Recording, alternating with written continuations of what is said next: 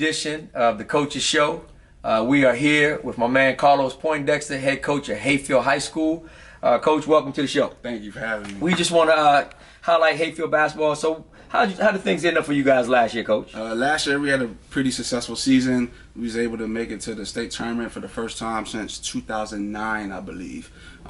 We won our conference tournament, and then we lost to South County in the regional championship game, and then we ended up losing to Battlefield in the state tournament. Two good teams, as we all know. South County went on and won the state championship, right. So good deal for them. So what do you got? What'd you lose from last year? What do you guys lose? So I lost 9 players. Wow. Yeah. Okay. So that kind of hurts as far as like the continuity of what we have. But I do bring back I feel like one of the top 5-7 guards in our area, and Mike Joyner, 6'3" point guard. And then I also got 3 other guys. Javon Hutchison, about 6'2", Jakai Bailey, our shooter, also about 6'2", and then our big dude, Daniel Peterson, who started all of our games last year when he wasn't hurt. Okay. Now, it's been a while since we played Hayfield and all that good stuff, so I do know about the kid you had, Cobb, last year. Yes. Just real quick, just tell me his leadership and losing him.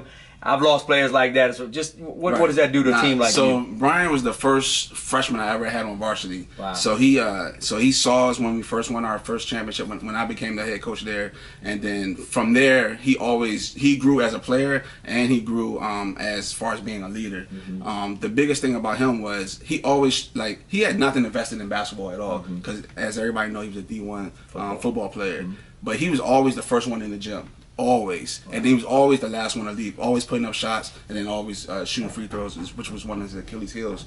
So just his work ethic and the way he approached the game of basketball, we're really going to miss that part. Yeah, definitely. It's tough to replace a guy like that. Yeah. As you guys know, Brian Cobb is at the University of Maryland playing football, doing his thing on Saturdays. So what can we expect from Hayfield this season? You know, what are we looking for? So I've always been traditionally a press type coach, and we couldn't do that last year because we didn't have the right mix of players. But this year I'm trying to get back to that. Yes, so hopefully we can get back to guarding guys 94 feet, and then hopefully I feel like we have a good chance of winning our conference again.